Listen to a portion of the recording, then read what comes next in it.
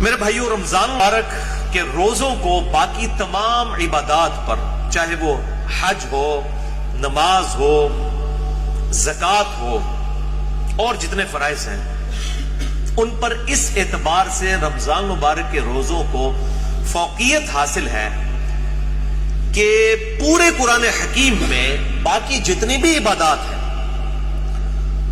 ان کی detail scattered form میں ہے، بکھری ہوئی حالت میں. یعنی اگر میں کہوں کہ حج کے ٹاپک پہ آیات کہاں ہیں، وہ سورۃ البقرہ میں بھی ہے، سورہ آل عمران میں بھی ہے، سورۃ الحج کے اندر بھی ہے. نماز کے ٹاپک میں تو کئی ایک صورتوں میں یہ ایشو ڈسکس ہوا ہے. اسی طریقے سے زکوٰۃ بھی سینکڑوں جگہ پہ ڈسکس ہوئی ہے. لیکن رمضان مبارک کو یہ فوقیت حاصل ہے کہ رمضان مبارک کا جو ٹاپک ہے پورے قرآن میں صرف ایک ہی جگہ پہ ڈسکس ہوا ہے، پورے قرآن میں، اور وہ سورۃ البقرہ کا رکوع نمبر ہے 23. 6 آیات میں آیت نمبر 183 سے لے کر 188 تک. سورۃ البقرہ آیت نمبر 183 سے 188 تک جو آپ نے قرآن حکیم میں کھول رکھی ہے، اس میں رمضان مبارک کے ٹاپک کو ڈسکس کیا گیا ہے. پورے قرآن کے اندر اس ایک مقام کے علاوہ نہ کہیں پہ کسی روزے کا ذکر ہے، نہ رمضان مبارک کے حوالے سے کوئی ڈیٹیلز آئی ہیں سوائے اس ایک موقع کے. یہ 6 آیات انشاءاللہ ہم آج کور کریں گے، اور اس میں 6 آیات کے اندر 5 سب ٹاپکس ڈسکس ہوئے ہیں، چھوٹے چھوٹے. میں وہ ساتھ ساتھ کلیریفائی کرتا چلا جاؤں گا. اعوذ باللہ من الشیطان الرجیم، بسم اللہ الرحمن الرحیم. سورۃ البقرہ رکوع نمبر 23 آیت نمبر 183 سے لے کر 188 تک. پہلے 2 آیات ہم ڈسکس کریں گے، آیت نمبر 183 اور 184، جس میں ٹاپک نمبر 1 ہے رمضان مبارک کی اہمیت اور مقصد کیا ہے اور اس کی فرضیت. اعوذ باللہ من الشیطان الرجیم، بسم اللہ الرحمن الرحیم. یا ایھا الذین آمنوا کتب علیکم الصیام، اے ایمان والو تم پر روزے فرض کیے گئے ہیں. کما کتب علی الذین من قبلکم، جیسا کہ تم سے جو پہلی امتیں گزری تھی ان پر بھی روزے فرض کیے گئے تھے. یہ امت محمدیہ صلی اللہ علیہ وآلہ وسلم کا خاصہ نہیں ہے، بلکہ جس طریقے سے نماز بھی اگلی امتوں پر فرض تھی اس کے طریقے میں فرق ہو سکتا ہے، اسی طریقے سے روزے بھی اگلی امتوں پر فرض کیے گئے تھے. اور مقصد کیا تھا؟ لعلکم تتقون، تاکہ تم متقی بن سکو. تقوی کا جو روٹ ورڈ ہے عربی میں وہ ہے وقا. وقا کہتے ہیں عربی میں بچنے کو. یعنی جس شخص کو یہ یقین ہو کہ کسی ہستی نے میری مرضی کے بغیر مجھے پیدا کیا ہے اور وہ میرے ساتھ کچھ بھی کرنے پر قادر ہے، اس کے خوف کی وجہ سے، اس کے ڈر کی وجہ سے گناہوں سے بچنا اور فرائض پر استقامت اختیار کرنا، یہ ہے تقوی. اب وہ گناہ حقوق العباد سے ریلیٹڈ بھی ہو سکتے ہیں اور حقوق اللہ سے ریلیٹڈ بھی ہو سکتے ہیں، اور فرائض بھی حقوق العباد سے ریلیٹڈ بھی ہو سکتے ہیں اور حقوق اللہ سے ریلیٹڈ بھی ہو سکتے ہیں. سورۃ الحجرات میں واضح طور پر آیا ان اکرمکم عند اللہ اتقاکم، بے شک تم میں اللہ تعالیٰ کے نزدیک سب سے عزت والا وہ ہے جو زیادہ متقی ہے. اور رمضان کا مقصد بھی تقوی ہے.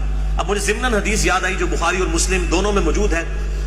کتاب النکاح چیپٹر میں یہ پہلی حدیث ہی آپ کو مل جائے گی، صحیح بخاری میں بھی، صحیح مسلم میں بھی اور مشکات میں بھی، نکاح والے چیپٹر میں، کہ آپ صلی اللہ علیہ وآلہ وسلم نے فرمایا اے نوجوانوں کے گروہ، تم میں سے جو نکاح کی استطاعت رکھتا ہو اسے چاہیے کہ وہ نکاح کرے.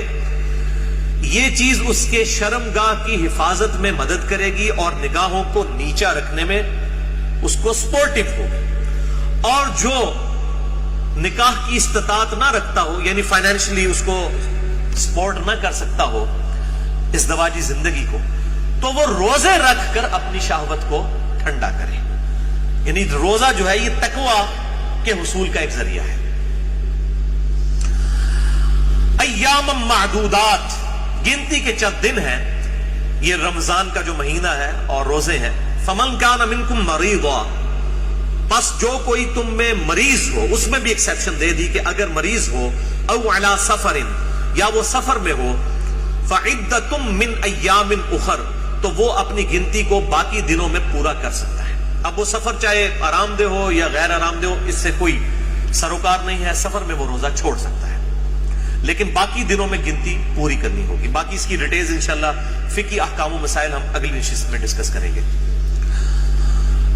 وَعَلَى الَّذِينَ يُطِيقُونَهُ فِدْيَةٌ طَعَامُ مِسْكِينٍ، اور وہ لوگ جو بڑی مشکل سے طاقت رکھتے ہیں روزہ رکھنے کی، یعنی بہت بوڑھے ہو چکے ہیں، بیمار ہیں، یا اسی طریقے سے کوئی حاملہ عورت ہے، کوئی دائمی مریض ہے شوگر وغیرہ کا، اس طرح کی جو صورتحال ہو، فدیۃ طعام مسکین، وہ فدیہ دے سکتا ہے مساکین کو. فمن تطوع خیرا فهو خیر له، اور جو کوئی اس سے بھی زیادہ اللہ کی راہ میں خرچ کرنا چاہے، یعنی ویسے تو ایک روزے کے بدلے ایک مسکین کو ایک وقت کھانا ہے، اگر کوئی زیادہ مساکین کو کھلانا چاہتا ہے، جتنا گڑ پاؤ گے اتنا ہی میٹھا ہوئے گا، تو اس کے لیے اتنا ہی بہتر ہے. وَأَن تَصُومُوا خَيْرٌ لَكُمْ، اور اگر تم روزہ رکھو تو اسی میں تمہارے لیے بہتر ہے. یہ نہ ہو کہ تھوڑی سی بیماری اور بہانہ کر کے کہو جی میں تو فدیہ دے دینا، روزہ رکھنے کی کڑی لوڑ ہے. اِن كُنتُمْ تَعْلَمُونَ، اگر تم جانتے ہو تو روزہ رکھنے میں ہی بہتری ہے. یعنی انسان سب سے بڑا خود اپنے اوپر جو ہے وہ گواہ ہے اور مفتی ہے، وہ بہتر سمجھتا ہے کہ مجھے کس طریقے سے چیزوں کو لے کر چلنا ہے. جیسے دنیاوی منفعت کے لیے وہ انسان چھوٹی چھوٹی چیزوں کا خیال رکھتا ہے، تو آخرت کے اعتبار سے بھی وہ خیال رکھے. اچھا، یہ جو آیت ہے وَعَلَى الَّذِينَ يُطِيقُونَهُ فِدْيَةٌ طَعَامُ مِسْكِينٍ، اس حوالے سے صحیح بخاری میں ایک حدیث ہے انٹرنیشنل نمبر کے مطابق 4505، جس میں ابن عباس کا قول ہے کہ یہ آیت منسوخ نہیں ہے، کیونکہ بعض اصحاب کا موقف ہے. صحیح بخاری میں 4507 نمبر حدیث آتی ہے جس میں ابن عمر کا قول ہے کہ یہ آیت منسوخ ہے. یعنی ان کا موقف یہ ہے کہ یہ پہلے آپشن تھی کہ جو شخص مال دے سکتا ہے وہ مال دے لے، اور جو روزہ رکھ سکتا ہے وہ روزہ رکھ لے. یہ دونوں آپشن ہیں، یعنی مریض والا چکر نہیں. جو مالدار ہے وہ صرف مال دے دے، چاہے وہ صحت مند بھی ہے تو روزہ رکھنے کی ضرورت نہیں ہے. یہ ابن عمر کا موقف ہے 4507.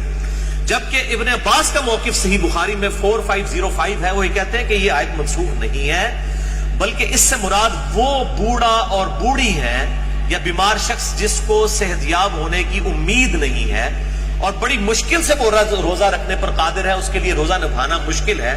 جیسا کہ بعض کا شوگر کی بیماری ایسی ہو سکتی ہے کہ انسان کے لیے مشکل ہو جائے آج کے دور کے اندر، یا بڑھاپا خود بہت بڑی بیماری ہے، کوئی 80-90 سال کا کوئی بزرگ ہے اور وہ روزہ نہیں رکھ سکتا، تو اس کے لیے یہ آپشن ہے کہ وہ اس کے بدلے فدیہ دے دے، ایک وقت کا مسکین کو کھانا کھلا دے. صحیح بخاری میں آتا ہے انس بن مالک جب بوڑھے ہو گئے تھے، ان کی عمر 100 سال کے قریب تھی، تو روزانہ وہ ایک مسکین کو کھانا کھلایا کرتے تھے گوشت کے ساتھ، دال نال نہیں، گوشت نہ، اللہ کی راہ میں گوشت کے ساتھ کھانا. اور یہ بھی آتا ہے کہ وہ بسا اوقات 30 مساکین کو اکٹھا بٹھا کر کھانا کھلا دیا کرتے تھے 30 کے 30 روزوں. تو یہ دونوں طرح آپشن موجود ہے، جس طرح بھی کر لیا جائے. میں انشاءاللہ اگلی دفعہ اس پہ ڈیٹیل بات کروں گا. جزاک اللہ، جزاک اللہ، جزاک اللہ، جزاک اللہ.